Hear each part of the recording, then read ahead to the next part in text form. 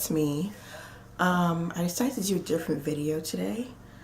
I realized I haven't really talked much about my massage profession, which I've been doing since 2006, so almost 13 years. Yeah, I've been doing it on and off for 13 years, on and off with massage and working with kids. So I thought I'd talk about that a little bit because I do say on my little graphic my role of teaching massage, music, life. So basically, I always wanted to do nursing, and then I realized it wasn't the right fit for me. So what I decided to do was I was thinking about doing physical therapy. So I went to college for a semester and realized that's not what I wanted to do. There's gonna be too much schooling and then like science and math, which aren't my best subjects. And someone told me about massage therapy. I thought, So back in 2006, I went to a school called United Education Institute, and I did a 9-month massage program. So basically it's 9 different modules.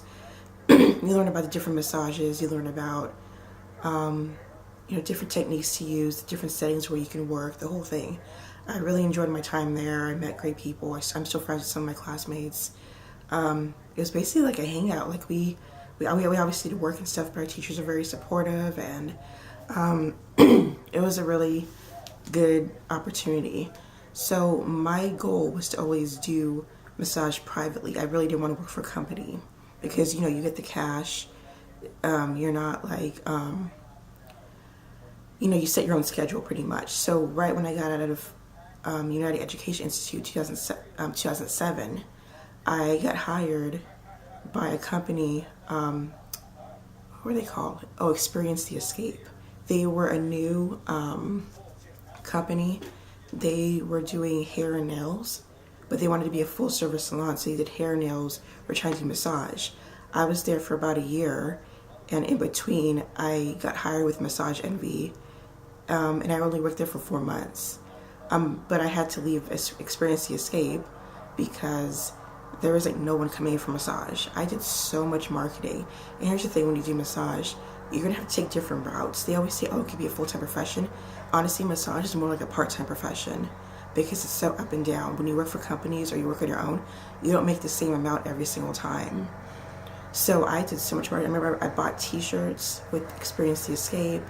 I went to all the apartments. I got on Vistaprint. I got cards. I printed out flyers. Like I was just putting them all over the place and barely got anyone in.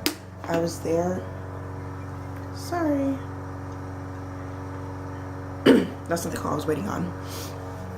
Anyway, I was handing out flyers, and like the whole year and a half I was there on and off, I didn't get I had maybe like a handful of clients. Like that was it. And I wasn't getting paid for being there. So basically I was just supposed to go in if I had anyone. And if I didn't have anyone, there was a reason for me to come in. So in between that time I worked at Massage Envy for 4 months, which was a very quick experience. Like I learned how to do back-to-back massages. I learned about, the environment of working someplace. And it was good, and here's the other thing you learn about massage places also. They'll hire people when they need someone, but then when it starts to slow down, they don't need the new people anymore. And also, you learn about fake clients. So I had a couple of complaints that weren't legit, and they knew that because some people, they'll say, oh my God, I love the massage, blah, blah, blah, and they'll find something to complain about and then try to get a discount for the next one. So they knew that, they weren't legit. I had one who was going, oh my God, that was such a great massage. Thank you so much. Thank you, thank you, thank you. And then she went to the front and said, oh, she hated the massage. The owner's son, because his 3 kids all worked in the front, came to me and said, oh my God, she hated the massage. I said, what? I said, she talked about how much she loved it. She wanted to come back and book with me. He goes, oh. And I said, what? He goes, it was a fake client. You get the people that, they want discounts. They want a free massage. So they'll put your name under the bus to try to get a free service, which is so stupid because you get people fired for that. I ended up being let go because, like I said, business had kind of quieted down and there was too many people working there. And that's just what happens. If you're new there and business slows down, they're going to keep the people they've had there in the beginning. So I was there for months. I was kind of ready to leave anyway. It was a lot. And sometimes the people, they overbook you, they underbook you, whatever the situation is. So after that, I went back to experience this game. I went back to, what was it? Instructional aid stuff, because I needed to make money. And I ended up leaving, and then I was supposed to get my stuff, and I guess the salon shut down, and they took my massage table, and no one bothered to tell me. I didn't know the business had shut down. So now it's a dog washing place. I was like, wait, what? And they never gave me my massage table. And my massage table came with the tuition from the massage place I was at. So that was the first place. And then I did, like I said, Massage Envy. Took a year off to do teacher's aid stuff. Decided, okay, you know what, let me try working at a place again. So I worked at a place called Total Women's Gym and Spa in Brea, which is Orange County. And I did that only for 3 months. Same thing, they hired people. It got really slow. I had clients here and there, but it was just super slow, and at the end it was mutual, just not working out. Again, took a break, and then my final place I worked at, oh wait, no, there's someplace else. Because that was like literally one day, and I'm like, I'm out, bye. I remember what the place was called, but it was kind of a hole-in-the-wall place. And I was kind of like, and the owner's like, well, we're moving locations, so I'm not trying to fix up this place. It was very hole-in-the-wall. The furniture was old. Some of the rooms it looked like an episode of Hoarders. It was just stacked with stuff. There was dead bugs. And I'm like, this is not a normal establishment. I said, this looks kind of shady. And he said, well, he goes, again, we're opening up a new location. So he goes, I'm not going to mess with this place anymore. I'm not going to fix it up. I was like, okay. And then the first day I got there, someone had broke in. And I guess slept there overnight. The police were called, and I was like, what? It was in a nice area. It was right off the freeway. There was a college a couple minutes away.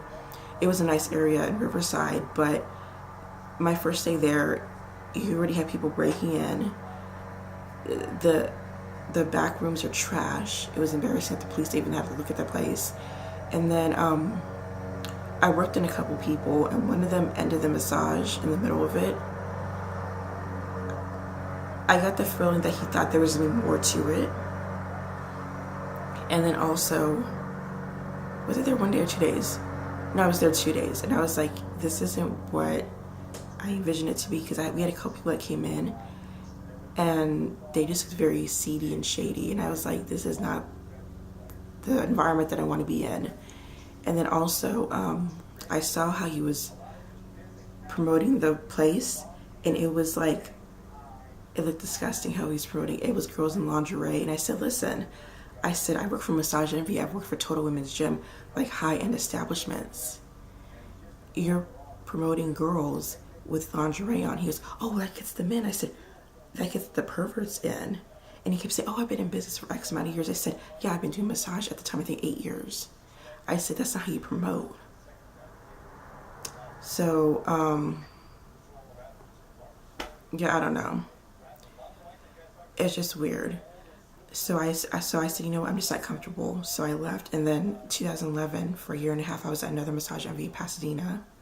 They were just opening, so I was one of the first people hired. So I was there for a year and a half. Again, great experience, doing back-to-backs. But again, massage business is up and down. After a year and a half, they decided to change how we get paid. We get paid, excuse me. We got paid $16 an hour per massage. And depending on which Massage Envy you work at, you get paid for sitting hours. At the Upland location, we didn't get paid for sitting hours. At the Pasadena one, we did get paid, but it was half. So we had $16 per massage hour, and then if we had sitting hours, it was $8, which was fair because we were sitting, or cleaning our room or doing laundry or whatever. So they decided, when I decided to leave, I left the end of 2012. My last day was December 31st. They decided that if we, for a 2-week pay period, if we had less than 50% bookings, we would only get paid the sitting hours, which is totally unfair. You're basically saying for 2 weeks, like let's say we had 15 massages. If we were still under 50% bookings and 50% back pay, I mean not back pay, what am I saying?